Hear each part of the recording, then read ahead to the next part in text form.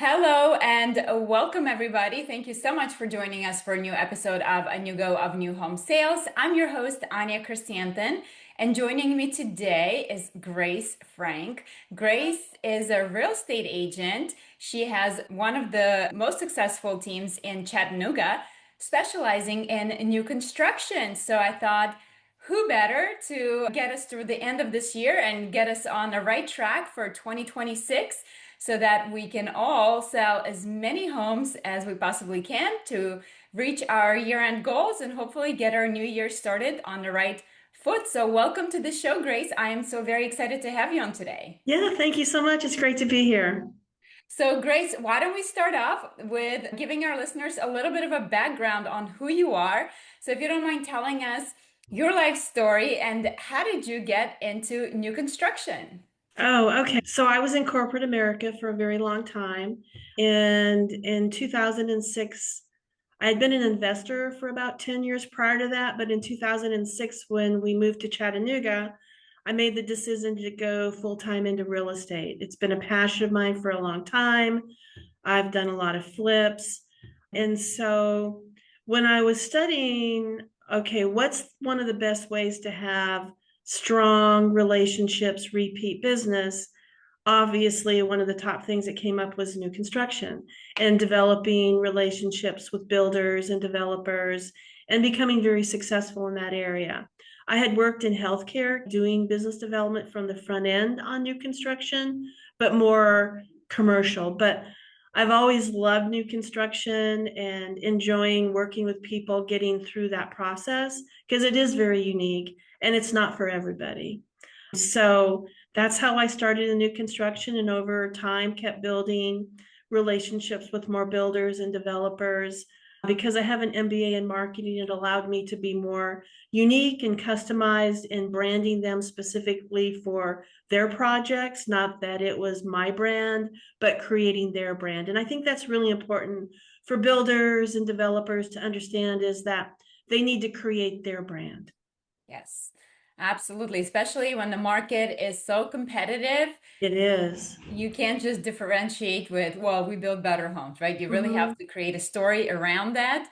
So we'll get more into that a little bit later. But first, I would love to hear about what is going on in your local market. So tell us a little bit about Chattanooga, especially as it relates to new construction. Well, Chattanooga is an amazing secondary market. It's very outdoorsy. We've won some of the best outdoor communities in the nation. We have amazing all round year types of hiking, climbing, hang gliding, kayaking, boating. It's just an amazing outdoor environment. I moved here from Boulder and I love it.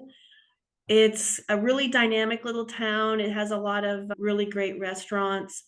And it's one of those areas where you come here, you really love it.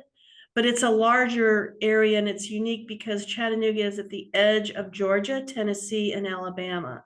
So within 20 to 30 minutes, you can be in three states. So it's unique from that perspective. Regarding new construction, we have a lot of new construction going on here because we've had a lot of growth to the area. And certain areas are growing faster than other areas. Areas that were sleepy before are now becoming more of an emerging market. North Georgia, North Alabama are all great areas, and a lot, as well as the greater Chattanooga area, going all the way up to Nashville and over to Knoxville. Very cool. And what do you see as far as demand goes for new construction? And what does your pricing looks like? I've been hearing a lot that there seems to be almost a price parity now between new construction and resale, which is very unusual. Typically, we've seen about 20% premium for new construction, but all across the country, it seems like it's very tightly priced right now. Is that something that you're seeing in Chattanooga as well? It is. And so a lot of it is the amount of product that is ready by builders, that's on the ground and ready, versus those that are 3 months out, 6 months out. That does lead into, if there's buyers that need something now and can't wait, that's a key point. Another area is some people don't like a new neighborhood. They like the charm of an older neighborhood. So we are seeing builders going into more mature areas where there's still lots available and doing custom homes in that area or spec homes. And that's also been very successful because not every buyer wants a new neighborhood. The other thing that's also very crucial is there's a lot of buyers that don't want to deal with an HOA. If you're building a new neighborhood and there's a lot of HOA criteria, that detracts a lot of certain buyers. The other thing is price point. It's very hard to build a quality house under 300,000 right now. There are a couple of builders in our area that are doing that, but in general, there's more building between 500 and a million, and that minimizes your buyer. So it's very interesting right now. There's a lot of buyers that are really looking for that retirement home, which is 4 to 3 bedrooms, 3 baths, single level, 3 car garage, and that's what they want. And a lot of builders haven't been building that. So it's also looking at the market demographic and how it's changing and shifting and pivoting to meet that demand. And I think that's one thing where builders and developers really need to focus on right now because it's changing very quickly. Yes. So I actually just got back from Denver, where I was Yeah. there for NHB's fall leadership meetings. And one of the best things happened during those meetings was Dr. Robert Dietz, who is the chief economist from NHB. He Mhm. presented to the group of young professionals specifically on the next 10 years, because that is something that obviously affects so many young builders in the industry. And although it's very difficult to give a forecast for the next 10 years, but one of the things he talked about specifically was the household formation, is that we're Mhm. seeing a dramatic decrease in a number of households as well as birth rate. So you need like something like 2.05 to sustain the current birth rate, where right now we're at like 1.6 or something Mhm. like that. So it's definitely contributing to that decline. And as we see that decline, less and less people are going to be purchasing those homes. So the types of homes that will need to be built, he's talked specifically about need for more townhomes instead. And also the fact that probably a remodeling business is going to be on the uptick, given that there may not be as much of a demand for that single family home in the future. So very interesting. We'll see how that all goes. But the message to all of you at home over the holidays, you better get on that quota and start making some babies, right? It seems like we need Well, to so step you it up. talked a lot about townhomes. There has been a real spike up in townhome development. But I think there's another real interesting model. It's not a townhome, it's a zero lot line single family home. We did a lot of that in Chattanooga. There's houses, they're single family, but they're a lot closer together. But there's a little bit higher cost to that. But in terms of desirability, there's a lot more desirability for single family than townhomes if you had to compare apples to apples. So the zero lot line model is a really good model as well for single family.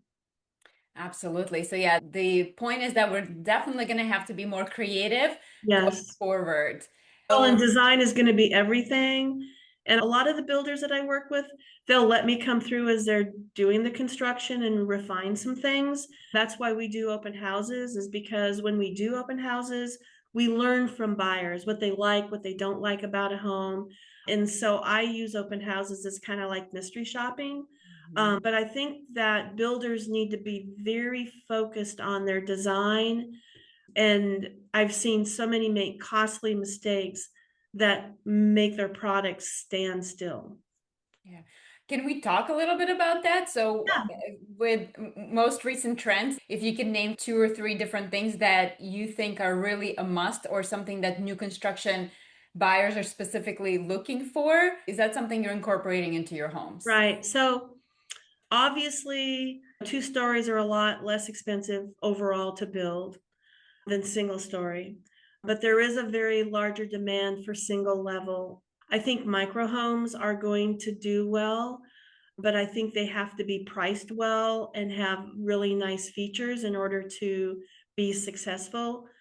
But I would say that if you have a product and the majority of your product is masters on the second level, you're setting yourself up for failure, because that's only 25% of the buyers are really interested in that. So anytime that you can have a master on the main and either a secondary bedroom that could be a bedroom or an office, that's a really smart design. So masters on the main, I think, are very important. Interesting. I can definitely see the demand for extra bedroom or that flex space Mhm. for office. My husband's working from home this week and we've been fighting who gets the office space, right? So I get that, especially post-pandemic. Most employers are flexible with work from home now. So I think that is something very important to consider when designing your homes. Great points there. Grace, I'd like to shift things over a little bit and talk about marketing. Now, your background is in marketing. You have a master's degree in marketing. So, when you represent home builders specifically, can you talk about some of the things that are working for you right now to attract your new construction buyer? Well, obviously, price is very important. You can't forget price, but also features are important, and energy efficiency that cuts down on their overall utility costs. Anytime a builder can do more sustainable products, we live in a market where I would call them tree huggers and granola people, which I'm on the edge of that. But they want to understand like what materials you're using, how you're creating energy efficiency with insulation and just finishes. So anytime that you can enhance the efficiency of a home and show that to the consumer in terms of return on investment or lower utility costs, those are key factors for marketing.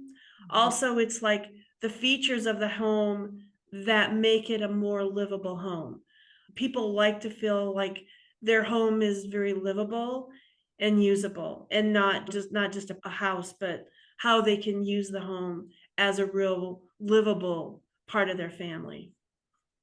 Yes, that's great. We have seen that huge shift in, well, I shouldn't say huge shift. I think it's definitely been growing demand in energy efficiency. I Mhm. know personally, my husband and I have invested a lot of money in upgrading our own home with solar roof and geothermal and things like that. So it seems to be the trend. So when you're talking to consumers about efficiency in the home, what seems to resonate more? Is it the cost savings? Is it the fact that they're saving the environment? So health benefits, like what tends to resonate the most?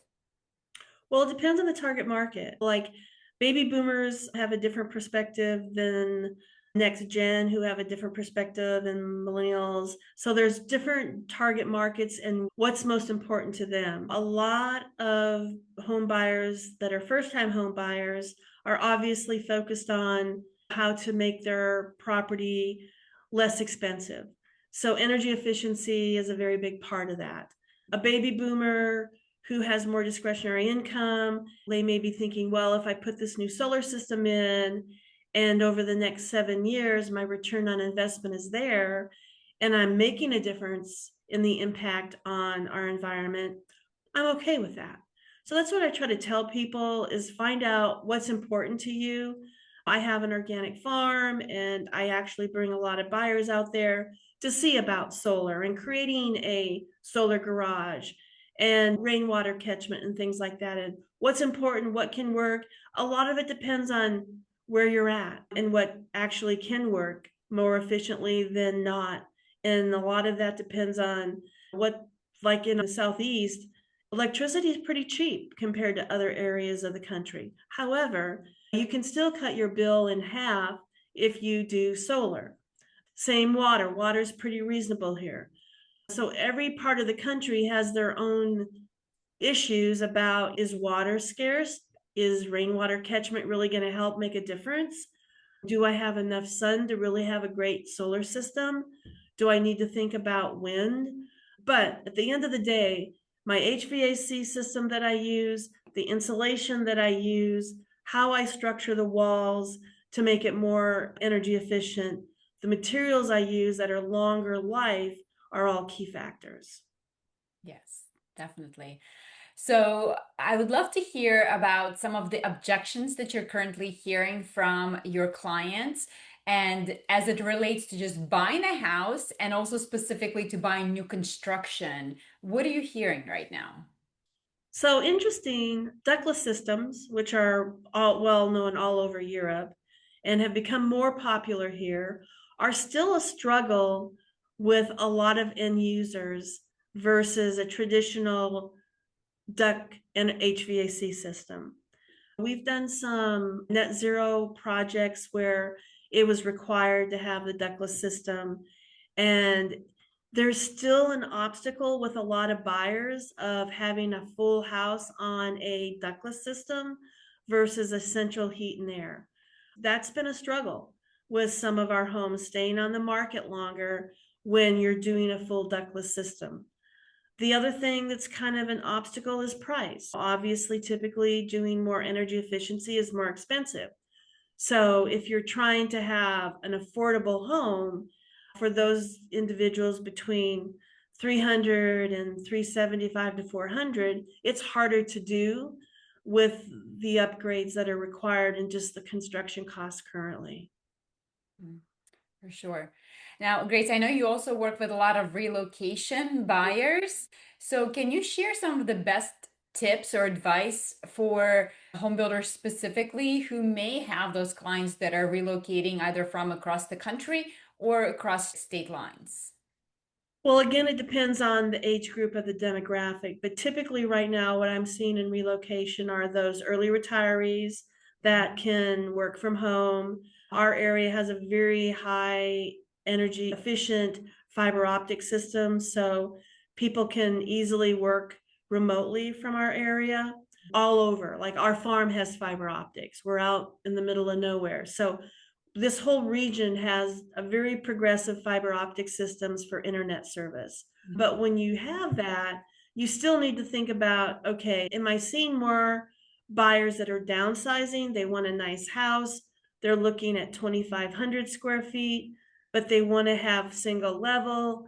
They want to have an office. There's just a lot of factors right now that are coming into it where a standard two-car garage was never really a problem. And now more people want three-car garage attached versus detached. Like I said earlier, they want that master on the main and another full bedroom on the main, or all of the bedrooms on the main, and maybe only a bonus room over the garage as an optional second level. Yes.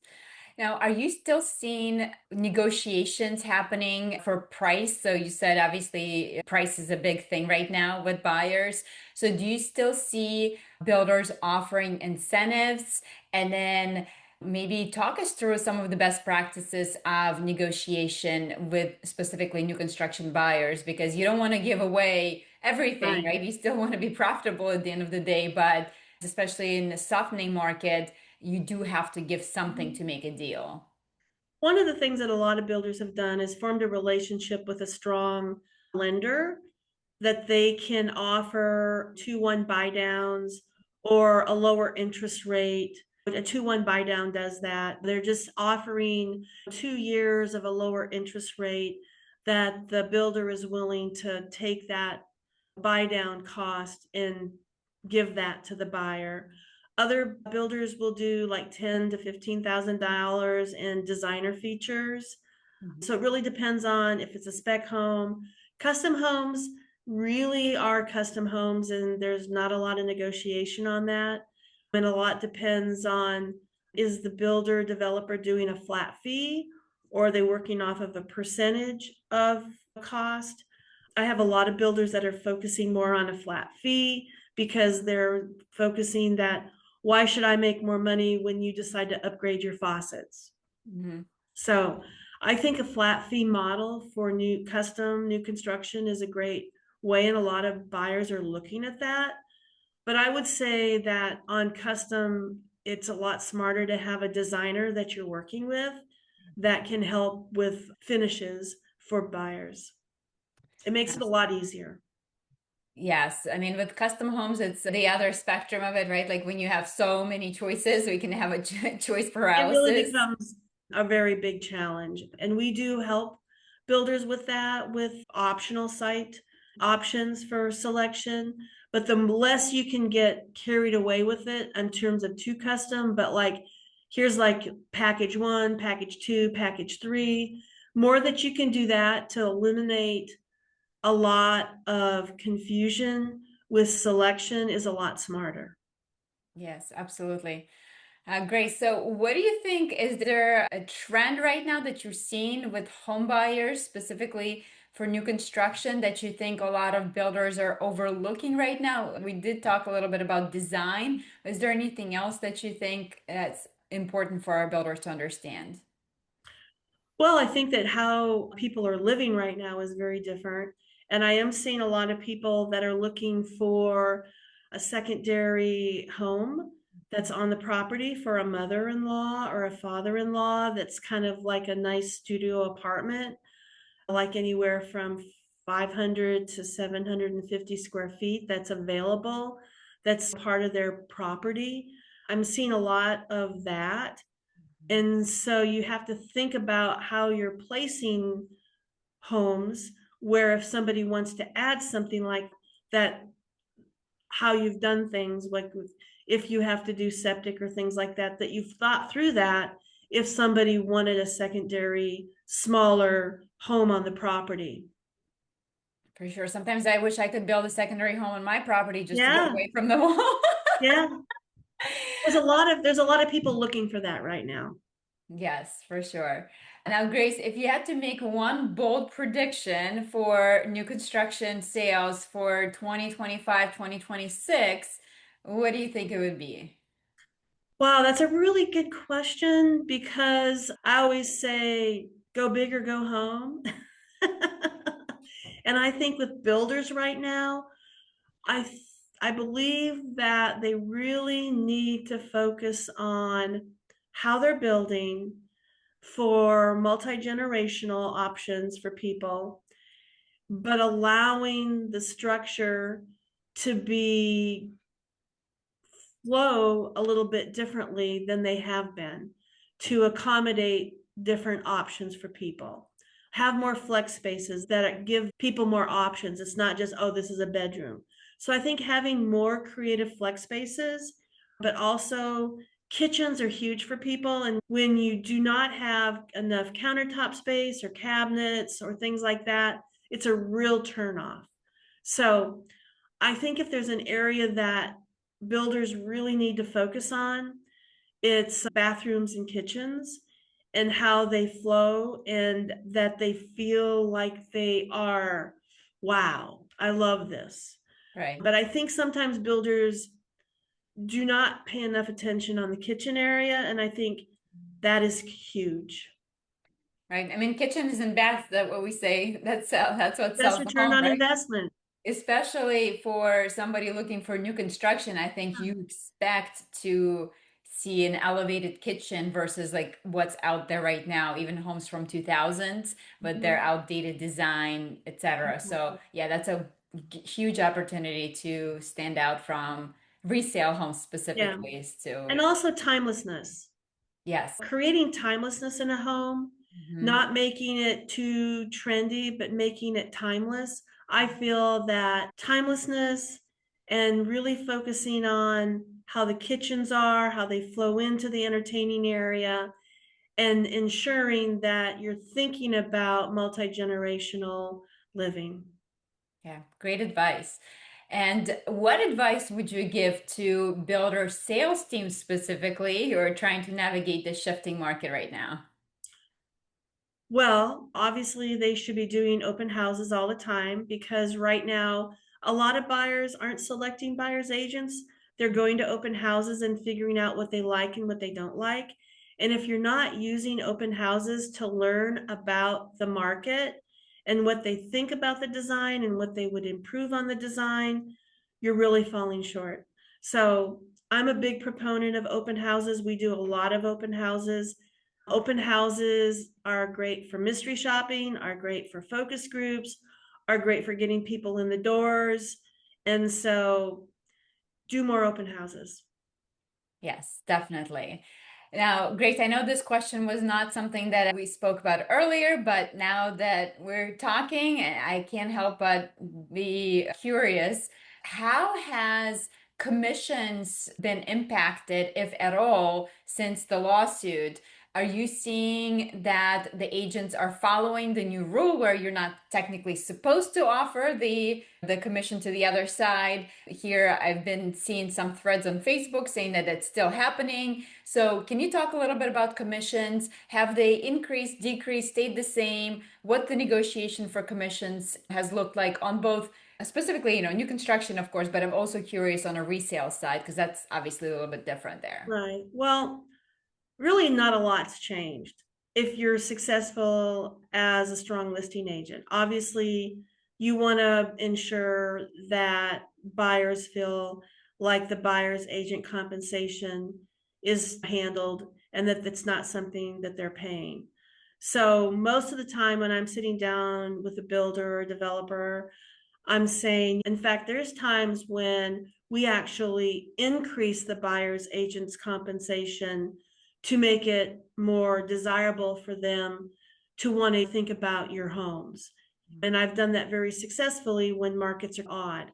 We can't list it on the MLS, but you can still reach out to agents and tell them what the compensation is before they're looking at a home. We have a model where every Friday we email all of the agents our listings that are available and what the compensation is because we can do that. One of the things that's changed a little bit is buyers are a little bit like, what do I do? I'm not sure. I don't really want to pay the compensation. So we have it very clear that we work with buyers agents and we try to encourage buyers to understand that I will definitely show any of my own listings, and I do. And I've been doing that a lot more since the ruling came in because a lot of buyers are apprehensive about we're initiating a relationship with a buyer's agent when they're really not sure what they want to do. They're out there not tire kicking, but figuring things out. I think a lot really hasn't changed. It's just the format of how we communicate it. And that's how we've handled it. Yeah. So it sounds like there is a good opportunity for home builders to maybe incentivize some of those buyers and agents Yes. through extra commission potentially. Yes. Yeah, very cool. Okay. So, Grace, I don't want to take any more of your time. I know we're right before the holiday here and everyone's going to be going on their separate ways. So, tell us, where can our listeners find more information about you, how they can connect with you? Is there a website? Do you hang out on social media? If somebody wanted to reach out, work with you personally or your team, and they wanted to pick your brain. Yes. gracefrankgroup.com is our website. It has a lot of amazing material. We have a great YouTube channel. You can get to that. We have podcasts where we've interviewed different investors and builders. We have a whole location where they can learn more about new construction or relocation.